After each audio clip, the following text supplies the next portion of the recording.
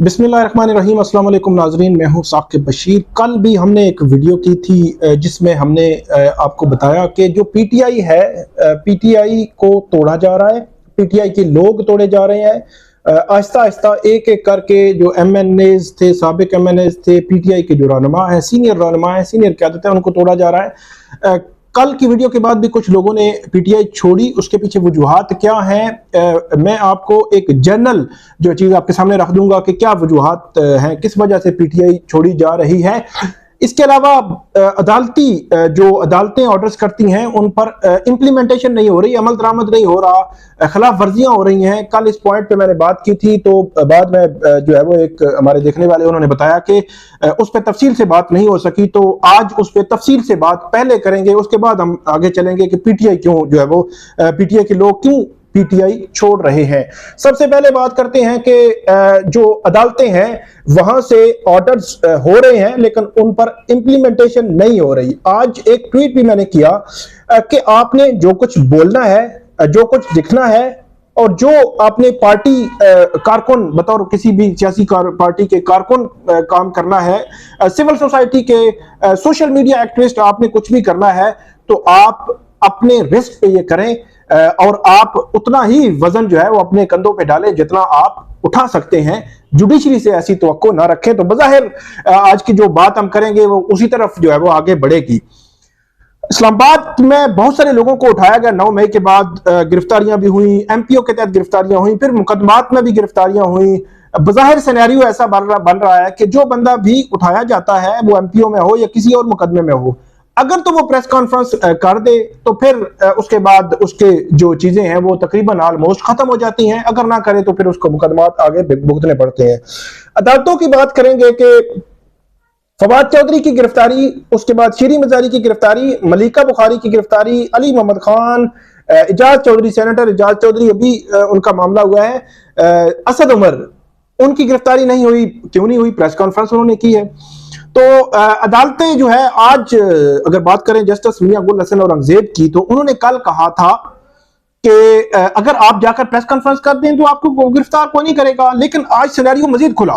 उन्होंने आज ये बात की, शीरी मजारी की जो अदालती हुक्म था कि अदालती हुक्म के बावजूद जो गिरफ्तारी हुई वो क्यों हुई, इस्लामाबाद से क्यों गिरफ्तारी हुई शीरी मजारी की।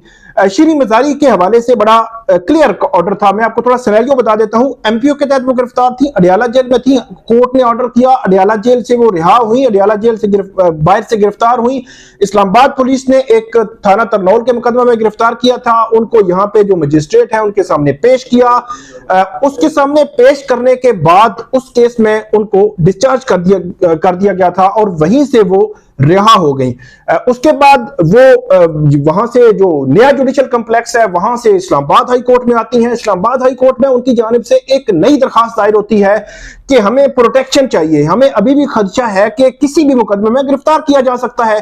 तो वहां जस्टिस मियां गुल हसन औरंगजेब ने एक ब्लैंकेट ऑर्डर किया कि जो शीरी मजारी हैं उनको आइंदा समात तक अरेस्ट ना किया जाए। और आइंदा समात थी नेक्स्ट डे, कि उस वक्त तकरीबन 3 बजे थे, तो नेक्स्ट डे 10 बजे जो है वो समात थी, तो उस वक्त तक गिरफ्तार ना किया जाए। लेकिन इसके बरक्स रात को पंजाब पुलिस पहुंचती है शीरी मजारी के घर के बाहर। वहां पे तरीकाकार ये है कि लॉ ये कहता है कि किसी भी सूबे की पुलिस अगर दूसरे सूबे या किसी जो है वो उसमें जाएगी इलाके में, तो वो मुतलका जो इलाका है वहां आगाह करेंगे। मतलब पंजाब की पुलिस अगर यहां से गिरफ्तारी चाहती है तो इस्लामाबाद पुलिस की आगाह करेगी, असिस्ट करेगी। वहां पे जो जिस थाने की हदूद से है वहां पे आमदन, फिर वापस जाना, ये सारा जो है वो लिखा जाएगा और मुकामी पुलिस की असिस्टेंस के बाद वो लेके जा सकती है। तो यहां पे अदालत ने ये पॉइंट उठाया था कि पिंडी का जो डीसी है उसने एक ऑर्डर किया कि एमपीओ के तहत दोबारा गिरफ्तार कर लें, और इस हाई कोर्ट का ऑर्डर था गिरफ्तार नहीं करना, तो इसके बावजूद आपने गिरफ्तार कर लिया। तो उन्होंने ये कहा कि बुनियादी तौर पर जो चीज नजर आ रही है वो ये है, ना तो कोई एमपीओ है, ना कोई और मुकदमा है, ना कोई एफआईआर है, यहां पे पूरी रियासत सियासत कर रही है और सियासत खेल रही है।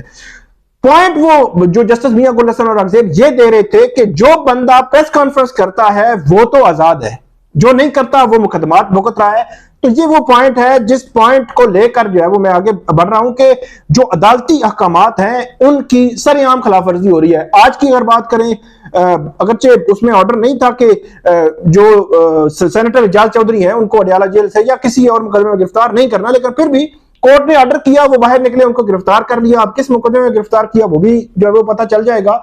तो ये 7-8 ऑर्डर्स ऐसे हुए हैं जिनकी सरेआम खिलाफ वर्जी हुई है, और अदालतें अगर इस किस्म के मामलात को, मतलब आप ये शीरी मजारी का केस जो है वो ये एक एग्जाम्पल के तौर पर ले, अगर अदालत इस मामले को लॉजिकल एंड तक नहीं पहुंचाएगी तो कोई बंदा अदालत में ना जमानत के लिए आएगा, ना सरेंडर करेगा, ना अदालतों के ऑर्डर्स पर भरोसा करेगा। तो ये वो पॉइंट है जिसको अदालतों को देखना होगा कि उनकी रिट चैलेंज हो रही है, कौन रिट चैलेंज कर रहा है, जो कर रहा है उसके खिलाफ उनको कंटेम्प्ट नोटिस इशू होना चाहिए, उनके खिलाफ कार्रवाई होनी चाहिए। और ये शीरी मजारी का केस, मेरा ये ख्याल है कि अभी तक की जो समातें हैं, क्योंकि कल परसों जब शीरी मजारी जो है उन्होंने पार्टी छोड़ी तो कल उनकी जानिब से जो वकला थे उन्होंने ये विड्रॉ करने की दरखास्त जो है वो दी, लेकिन अदालत ने कहा विड्रॉ नहीं करेंगे। आज का ये रखा हुआ था, आज फिर जो शीरी मजारी की जानिब से जो वकला है उनकी जानिब उन्होंने कहा कि हम इस केस को विड्रॉ नहीं करेंगे, हम कंटिन्यू करेंगे। तो अब बज़ाहिर ऐसे लगता है कि इस केस में अदालत आगे चलेगी और ये केस जो है वो एक प्रेसिडेंट बनेगा कि अगर कोई वायलेट करेगा कोर्ट ऑर्डर्स को तो उसके कॉन्सिक्वेंसेस उसको भुगतने पड़ेंगे। आईजी को यह कहा गया है कि 31 मई तक आप जवाब दें, और अदालत ने यह कहा है कि डिप्टी कमिश्नर रावलपिंडी के जो ऑर्डर्स थे आपने इस्लामाबाद हाई कोर्ट के ऑर्डर्स पर उसको तरजीह दी है, और यह बादियों नजर में तौहीन अदालत है।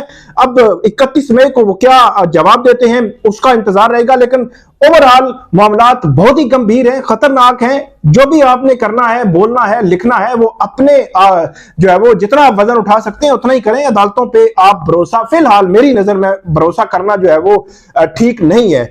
दूसरी बात कि पीटीआई के जो रहनुमा है वो पीटीआई छोड़ क्यों रहे हैं? दो ऑप्शन है पीटीआई के, जो जितनी लीडरशिप जो छोड़ चुकी है और जो छोड़ेगी, दो ही ऑप्शन है। या तो ये है कि आप अदालतों में मिलिट्री कोर्ट्स भी हैं, दूसरी सिविल अदालतें भी हैं, एटीसी भी है, सजा दहशतगर्दी की अदालतें भी हैं।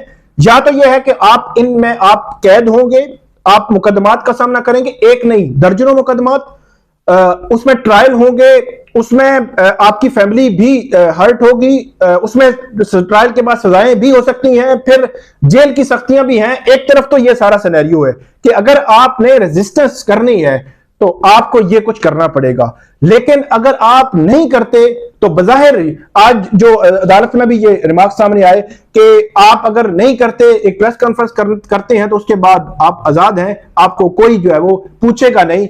अभी तक का जो डाटा है वो यही बताता है कि जिस जिसने पार्टी छोड़ी, जिस जिसने प्रेस कॉन्फ्रेंस की, जिस जिसने पार्टी से डिस्कस किया, उन तमाम के लिए आसानियां ही आसानियां हैं, और जो जो रेजिस्टेंस कर रहा है, जो जो पार्टी के साथ खड़ा है, उनके लिए सख्तियां ही सख्तियां हैं। इससे पहले का जो डाटा है वो यही बताता है, और आइंदा भी जो छोड़ेंगे उसके आगे आगे पीछे जो वजूहात होगी वो यही होगी।